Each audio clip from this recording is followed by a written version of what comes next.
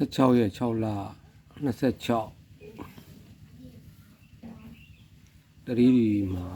ကျွန်တော်လုံညထွန်နဲ့6ထွန်ကိုမွေးပါလို့ကျွန်တော်တက်တော်ထဲမှာတင်ခဲ့ပါတယ်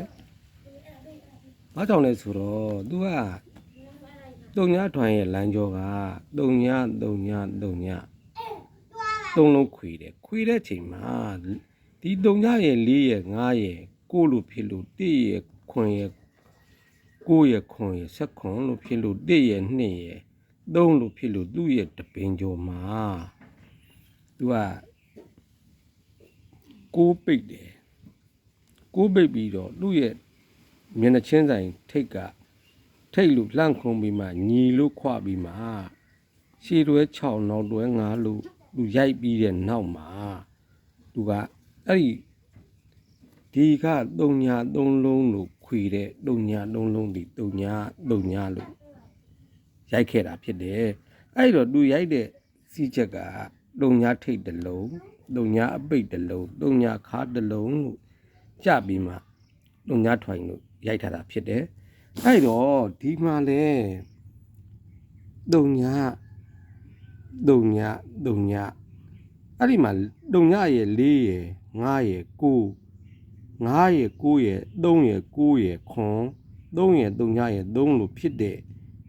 သူ့ရဲ့တပင်ကျော်မှာ9ပိတ်တယ်သူ့ရဲ့ရှေ့က9ဒီ9လို့ထိတ်ဝင်ပြီးမှညီလို့ခွရှည်တွဲ6နောက်တွဲ9လို့ရိုက်တဲ့အောက်မှာသူ့ညာကထိတ်ခါတစ်လုံးနှလုံးဒီမှာအပိတ်လို့တခါရိုက်သွားပြီထိတ်ခါပိတ်3လုံးလို့ညီးသွားတာဖြစ်တဲ့အတွက်သူဟာ3ညာထွိုင်လို့ရိုက်နိုင်တာတစ်ချက်ဖြစ်တယ်အဲ့တော့သူကဒီ3ညာထွိုင်ရဲ့လိုင်းကြောကိုပြန်ကြည့်မယ်ဆိုရင်9နှစ်လို့ခွာတယ်9နှစ်လို့ဒဲခွာလို့သူ့ရဲ့ဘယ်ဘက်ကဒုတိယနောက်တွဲနှလုံးဒီသူ့ရဲ့အောက်မှာဘူးလို့ရိုက်တယ်အဲ့ဒီတော့ဒီမှာ9နှစ်လို့တစ်ချက်ရှိတယ်သူ့ရဲ့နောက်က66ဆိုတဲ့ဒုတိယနောက်တွဲက66ဆိုဘူးရိုက်တယ်အဲ့တော့ဒီမှာတစ်ချက်9နှစ်လို့ဒဲခွာတယ်သူ့ရဲ့နောက်က3ညဆိုတဲ့ကောင်က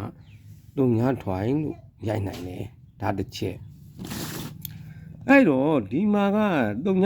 5လို့3ညရှည်နှလုံးပူပြီးမှရာပြည့်ထောက်တယ်3ည3ခွန်ဆိုတဲ့ကောင်က1 2 3 4 5 6ခွန်8 9 10 11 12 13 14 15 16 17 18 19 20 21မှာ3ည3ခွန်လို့ဒဲပေါက်လို့3ည3ဒီသူ့ရဲ့အောက်မှာအပြီးရှင်းထားတာဖြစ်တယ်ဒါတစ်ချက်အဲ့တော့သူကဒီမှာရာပြီးထောက်တယ်3ည2လို့ထောက်တယ်3ည9 1 2 3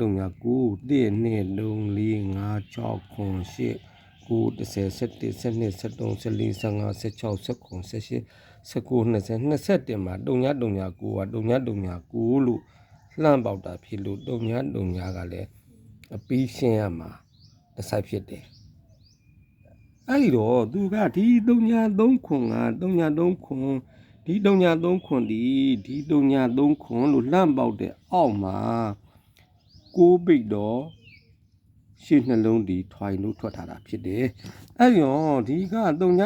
9ဒီ3ည9လို့6အပိတ်နဲ့ရှေ့ဘူးနဲ့လှမ်းပေါက်လို့6ပိတ်တော့ရှေ့နှလုံးဒီကလည်းထွိုင်ထွက်ရမှာဖြစ်တယ်ဒါကြောင့်ကျွန်တော်3ညထွိုင်လို့ပြောရခြင်းဖြစ်ပါတယ်ဘာကြောင့်ဒီနှစ်မှာထွိုင်ထွက်နိုင်တာလဲဆိုရင်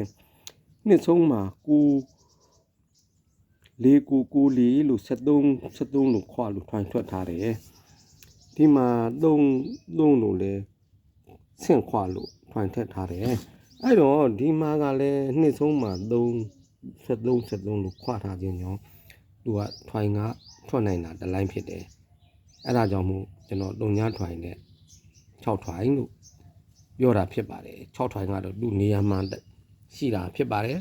အဲ့တော့6ထွိုင်ကိုတော့ကျွန်တော်16ကျင်းကြမှာ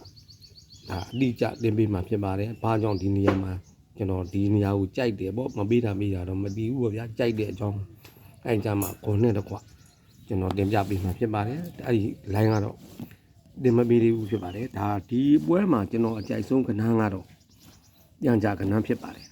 ပြန်ကြကနန်းကဒါမိမိတို့နှစ်တက်လဲလိုက်ထိုးပေါ့ဗျာကျွန်တော်တင်ထိုးမှာ3ညခွန်ဆိုပြီးဒဲထိုးမှာဖြစ်ပါတယ်အဲ့တော့ဒီမှာ3ညရဲ့4ရဲ့5ရဲ့9လို့ဖြစ်လို့1ရဲ့ခွန်ရဲ့9ရဲ့ခွန်လို့ဖြစ်လို့2ရဲ့1ရဲ့3လို့ဖြစ်တဲ့သူ့ရဲ့တပင်ကျော်အောက်မှာ3ညပါတော့ကနန်းဒီတဲ့ပြန်ကြထားပါတယ်အဲ့တော့3ညရဲ့4ရဲ့5ရဲ့9 5ရဲ့9 3ရဲ့9ရဲ့ခွန်3ရဲ့3ညရဲ့တပင်ကျော်မှာ3ညပါတော့ကနန်းဒီအပင်မကျော်ပဲပြန်ကြရမှာတလိုင်းရှိပါတယ်ဒါတစ်ချက်အဲ့တော့ तू ကမလဲဆိုလို့ရှိရင်သူ့ရဲ့ဒီမှာအတွန်းအပိတ်ဒီထိတ်လို့ကိုလို့ကူးပါတယ်ကူးတဲ့အချိန်မှာဒီဒုတိယတတိယအချိန်မှာခွန်ပိတ်ဒီ9ပိတ်နဲ့9ထိတ်နဲ့ခွာထားပါတယ်အဲ့ဒီမှာသူ့ရဲ့ဒီမှာ10ချိန်ကကြာတော့ကနန်းကနှစ်ဒီ4လို့နှစ်ခတ်ထိုးပါတယ်ဒါ4ပါဒါက3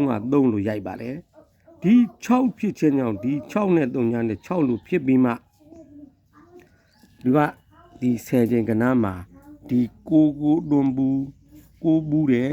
ခွန်9လို့ခွာတဲ့နှစ်မှာ10ချိန်မှာသူဟာအလုပ်လုပ်ထားတာဖြစ်ပါတယ်အဲ့ဒီရောဒီမှာကလည်း9လို့အတွန်းရိုက်ထားတာဖြစ်ပါတယ်9လို့ကူးခြင်းခွန်9လို့ရိုက်ခြင်းကြောင့်သူ့ရဲ့10ချိန်မှာသူ့ရဲ့3ညဆိုတော့သူ့ရဲ့နှစ်ခတ်ကခွန်ပေါင်းခြင်းခွန်ဖြစ်ခြင်းကြောင့်ခွန်ဖြစ်ဖို့ဆိုလို့ရှိရင်3ညခါစုခါလို့ရိုက်ရင်ခွန်ပဲဖြစ်ပါတယ်ဒါကြောင့်3ညခွန်ဆိုတာကိုကျွန်တော်ဒီပွဲမှာတင်ထိုးမှာဖြစ်ပါတယ်ဒါကတစ်ချက်အဲ့တော့ဒီမှာကနှစ်ထိပ်နှစ်ပိတ်လို့3ချက်ခွေပါတယ်နှစ်3လုံးလို့ခွေခြင်းကြောင့်ခွန်3ညလို့ခွာပါတယ်ခွန်3ညလို့ခွာလို့3ညခွန်လို့ပြန်ဆင်းပြီးတော့ခါနဲ့ပိတ်နဲ့ပေါင်းရင်14လို့ဖြစ်ပါတယ်သူ့ပေါ်မှာကလည်း6ပိတ်က6ပိတ်လို့လူဆင်းရိုက်ထားတာဖြစ်ပါတယ်ဒါကြောင့်နှစ်3လုံးမှာ3ညခွန်6 3ညခွန်က3ညခွန်ဖြစ်ပါတယ်အဲ့တော့ဒီမှာနှစ်3လုံးလို့ခွေးထားတာဖြစ်ပါတယ်နေရာမှလုံးတူမှဖြစ်ပါတယ်အဲ့ဒီတော့ဒီမှာခွန်3ညလို့ခွာထားတာဖြစ်ပါတယ်ခွန်3ညရဲ့ပေါ်မှာခွန်တို့နှစ်ကောင်ထောင်းထားတာဖြစ်လို့အဲ့ဒီမှာခွန်3ညဒီက3ညခွန်နဲ့ပေါင်းခြင်းဒီက14ခွန်လို့ထောင်းထားခြင်းဒီကခွန်ကလုံးပိုင်းဖြစ်ခြင်းကြောင့်ကျွန်တော်ဟာဒီပွဲမှာ3ညခွန်ကိုမိန်ခွက်ဖြစ်ပါတယ်ဒါပေမဲ့လို့3ညထွိုင်ရဲ့6ထွိုင်ရဲ့ကတော့မွေးပါတယ်အဲ့ဒီမှာဒီနှစ်မှာထွိုင်ကြမယ်လို့ယူဆပါတယ်အဲ့ဒါကြောင့်3ညထွိုင်နဲ့6ထွိုင်လို့မွေးပါလို့ပြောခြင်းဖြစ်ပါတယ်6ထွိုင်ကတော့လူကျင်ရင်လည်းလူရှိလို့အဲ့ဒီကျင်ကြမှာပဲကျွန်တော်တို့ထွက်ခံဒီတရက်လောက်အလိုကြမှာပဲတင်ပေးမှာဖြစ်ပါတယ်အဲ့ဒါကြောင့်ဒီပွဲမှာတော့ဒီဥစ္စာလေးကိုမြင်လို့တင်ပြပေးတာပါပေါက်မယ်မပေါက်မယ်ဆိုတာကတော့ကျွန်တော်မပြောနိုင်ပါဘူးဒါရှိတဲ့လိုင်ကျော်လေးကိုဒီလိုရှိတယ်ဆိုပြီးတင်ပြပေးခြင်းဖြစ်ပါတယ်အားလုံးကောင်းကြပါစေ